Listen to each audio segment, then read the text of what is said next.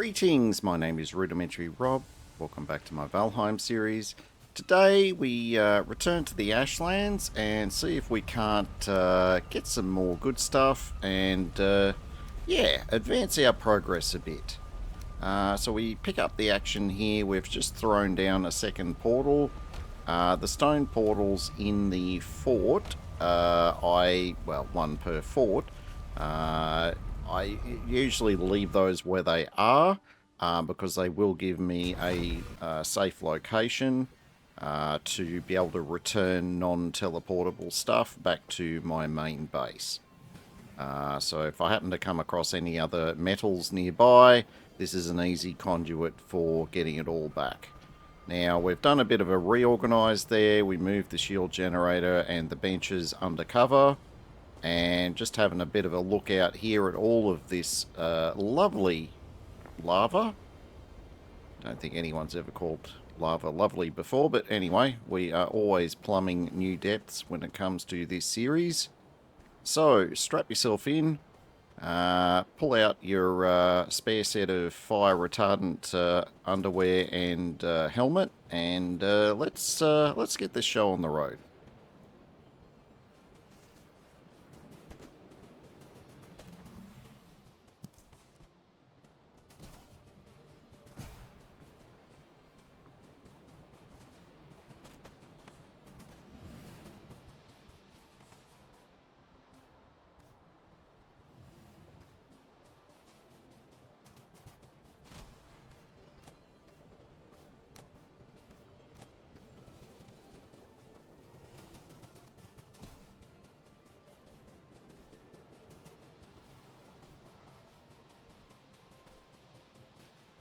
Today's mission out into the Ashlands is to see if we can find another fort location. Now, my general experience with them in previous playthroughs is they are not usually very close together. So we've got a lot of overlanding in Ashlands to do, and of course there is never a shortage of locals to enhance our journey.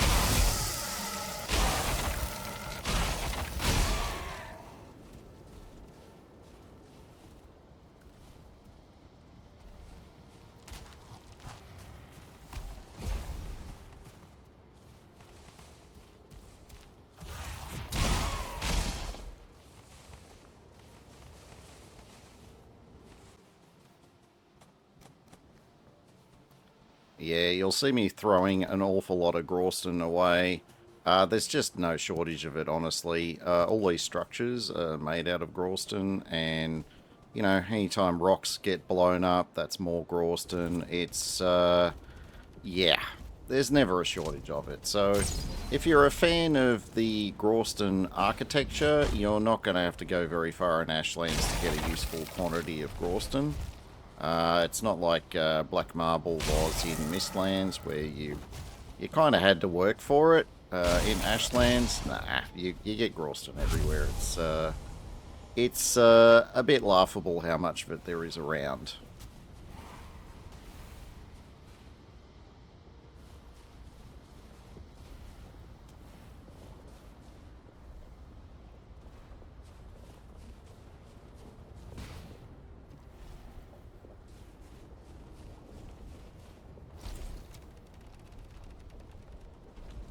Alright, now we're back to having a bit of guessing here. You're familiar with my pew-pewing of summoning, pillars from long range. And we do have a few pillars in our episode. So I want you to leave a comment down below now with your guess on how many of these summoning pillars we are going to destroy in today's episode.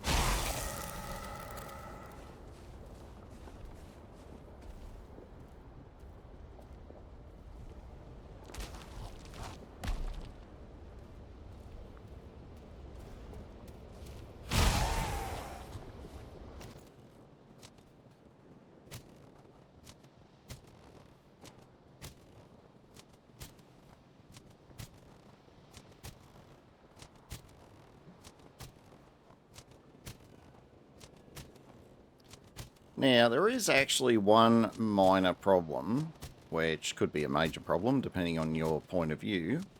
But there is one minor problem with the crossbow at long range approach. Now, I haven't really pinned down exactly how many bolts it usually takes to kill one of these towers, but I would say definitely it's less than 10 if you can get some good hits on it. And as you can see there, that one just went boom after, I don't know, 5 or 6 bolts.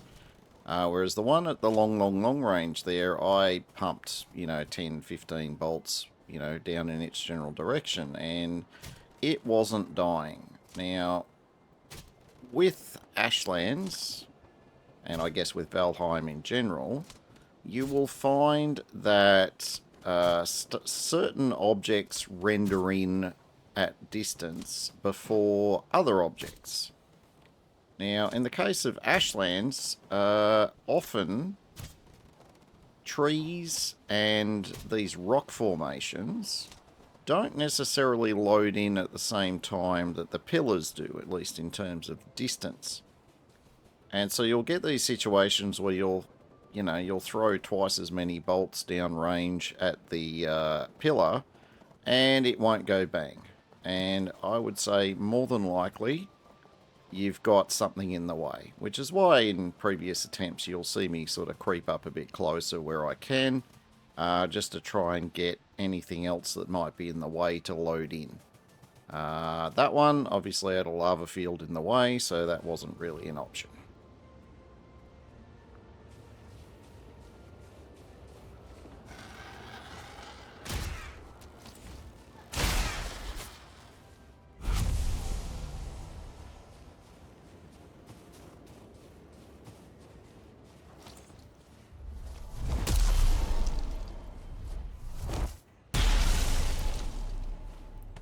Now, if you ever get in a situation where you're running short on bone fragments to power your shield generators, yeah, just come and find a vulture nest. There's always a couple of those bone piley looking, skeletons there. You bust them, you get a stack, sometimes even more bone fragments. So, yeah, you should never run low on bone fragments in Ashlands.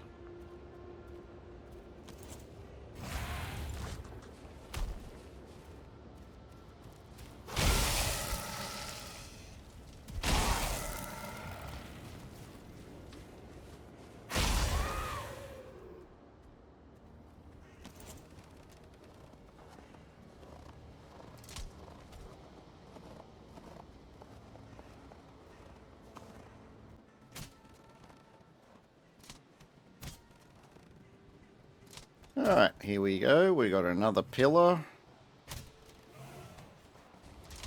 And as always, somebody shows up to delay the progress, but rest assured, this warrior won't keep us busy for very long.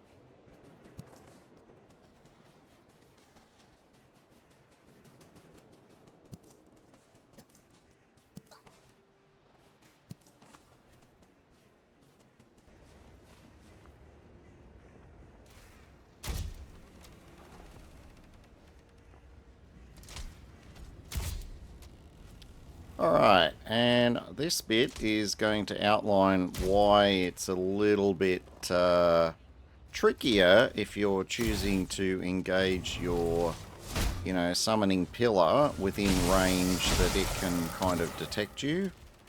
And I had to finish that road because I accidentally hit him in the head and he was just going to start sniping me if I didn't. So, sorry Mr. Diverger, I tried, but you're in the way. So anyway, we can continue to try and just, pew-pew this pillar from a distance. And we're going to be successful, but you're also going to see that the pillar will be actively summoning these twitches and, other kinds of chard that inevitably get in the way of my efforts to destroy the pillar. This is why when I'm doing it with a crossbow, I would prefer to be, maybe 50% further away, so I haven't reached the range at which the spawner, I guess you could say, activates.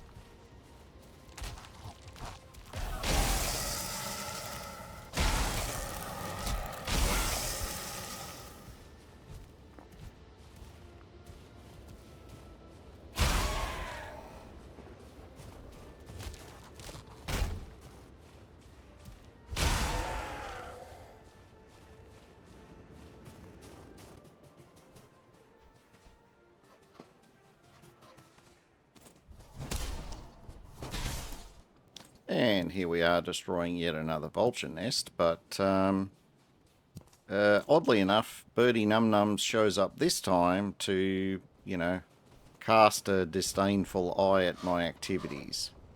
Well, Birdie Num Nums, you didn't warn me about that earlier, so I'm sorry, I am just going to completely ignore your judgmental eyes on my activities, and yeah, go away.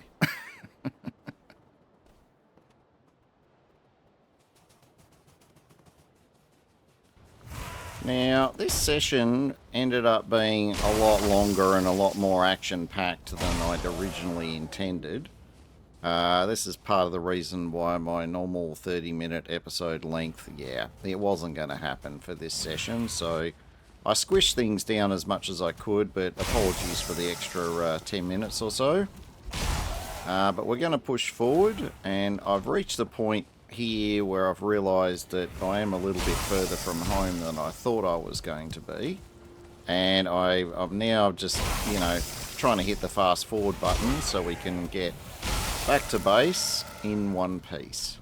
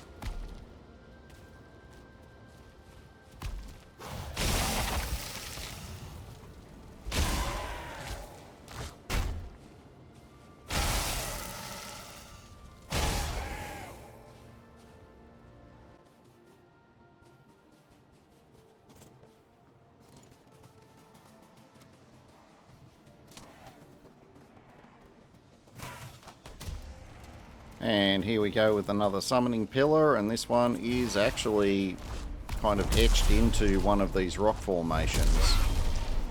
So we don't really have much option other than to close the melee range and just try and knock this guy out with the Mark III door knocker, and that was actually very successful. And we did it quickly enough that we don't seem to have stirred up the hornet's nest too badly. That said though, we have left it very, very late in the piece to eat our next round of food, but luckily it didn't end up in us, you know, dying horribly. So it's all good.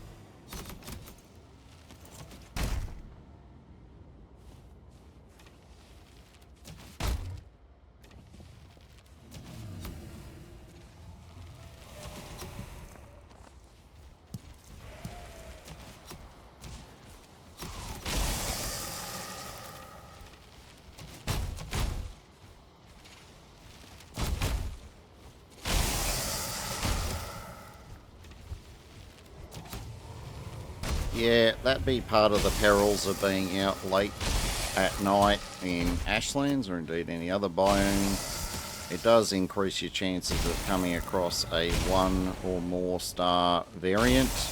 And the 1-star warriors and the 1-star marksmen, yeah, don't underestimate how much damage they can do to you.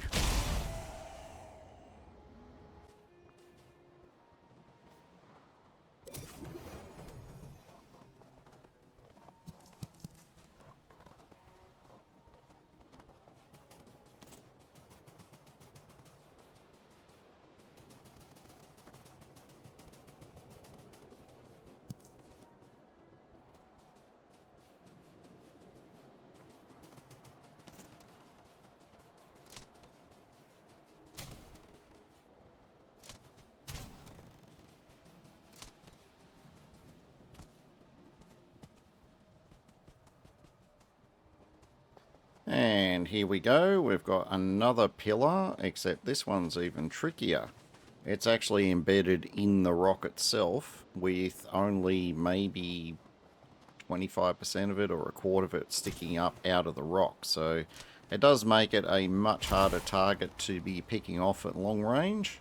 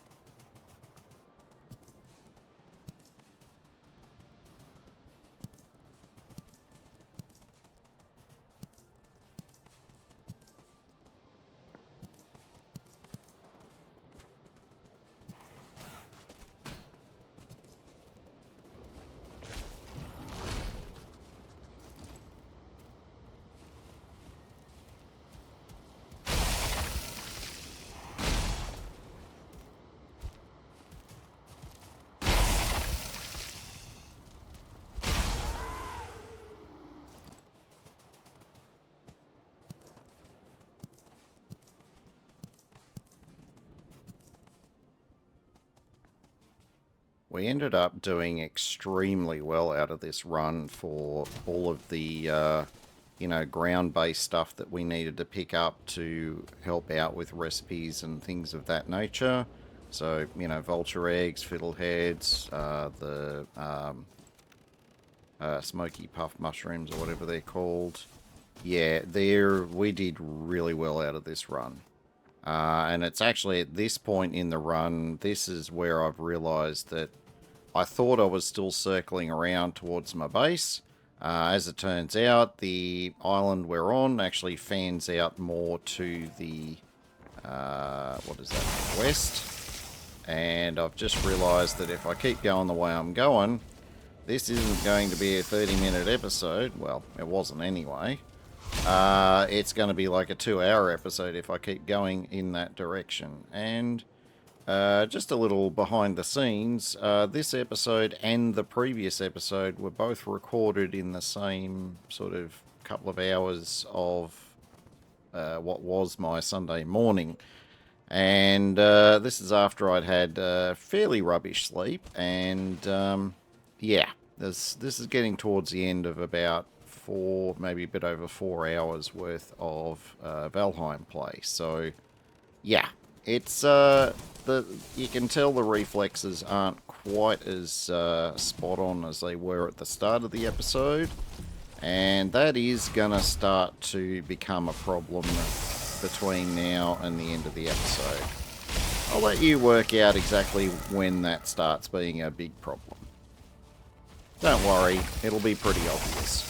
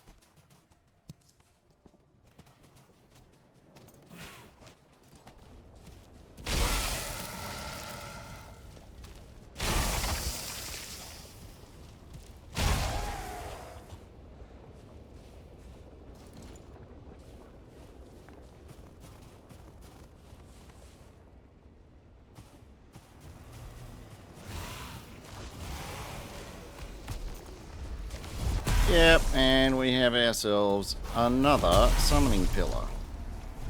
Or, as it turns out, they are called a Monument of Torment.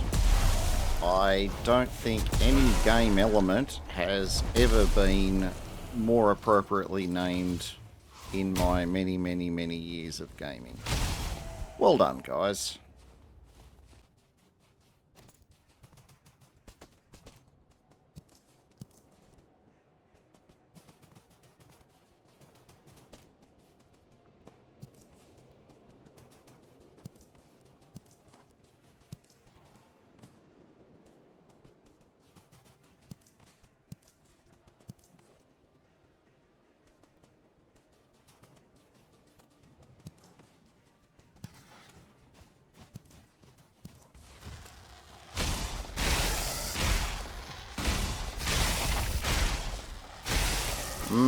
Vulture, the other white meat.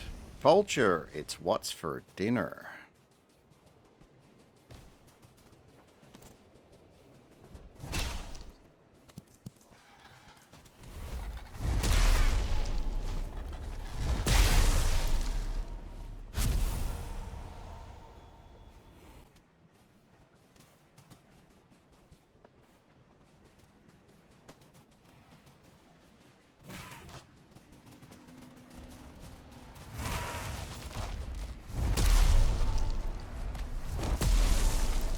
So, how do you think you're going with your guesses in terms of how many pillars we're going to end up destroying this episode?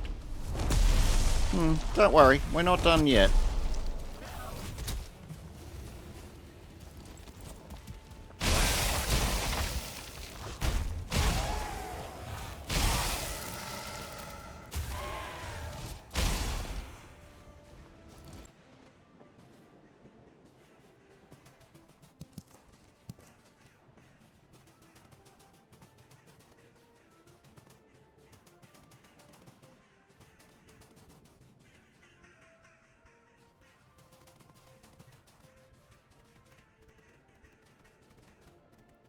Yeah, I'm skipping gathering the vine berries, not the least of which because I don't have room to pick them up, but we've actually got a pretty decent supply from the farm, and I'll make sure I cover what all of that looks like in hopefully the next episode. In the meantime, we haven't had a chat with our old mate Morgan for a little while, so Morgan has entered the chat.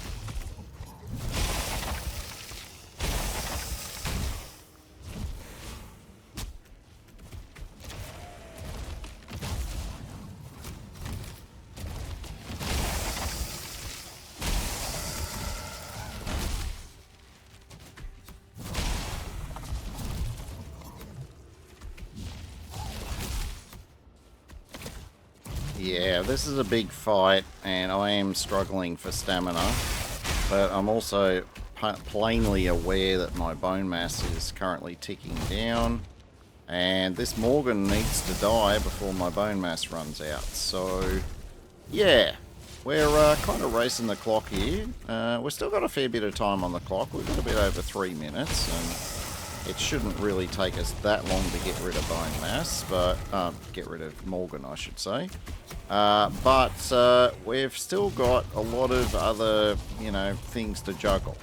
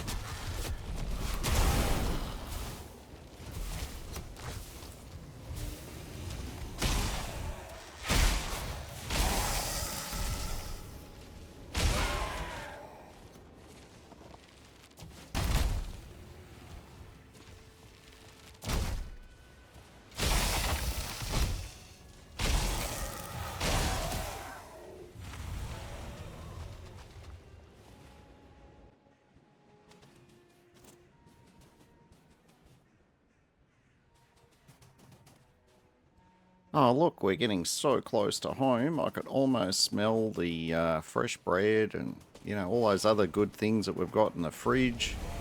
Oh, looks like we've got one more pillar, maybe, that we need to get rid of. Oh, let's just knock this one out, go home and have a nice coffee.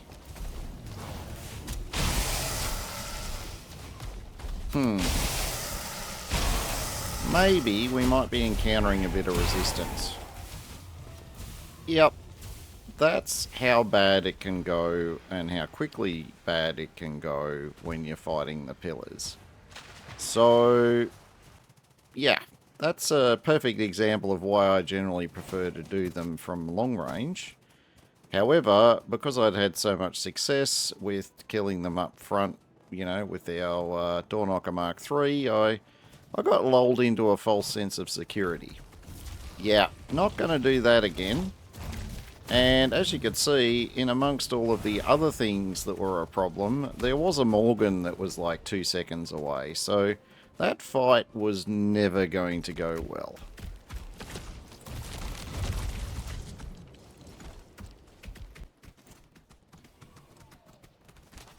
Alright, we're hiding away at the top of this hill, making sure this Morgan doesn't get any free swings at us while we get dressed. And at this point, I'm just kind of over it. We're going home. We're going to unload, take our success, not worry about the fact that we died horribly, and get ourselves ready for the next adventure. Except there is a small problem with that plan. Being so close to home and given it's night time, we need to tidy up this mess of critters that's followed us back home. Because after all, they will just wear the shield down and that's going to create its own mess. So luckily, the Morgan didn't seem to have followed us. The critters that did follow us are kind of spread out a bit, so we've got an opportunity to just knock them all down one at a time. And with getting rid of these guys in short order, we can hopefully get this thing wrapped up.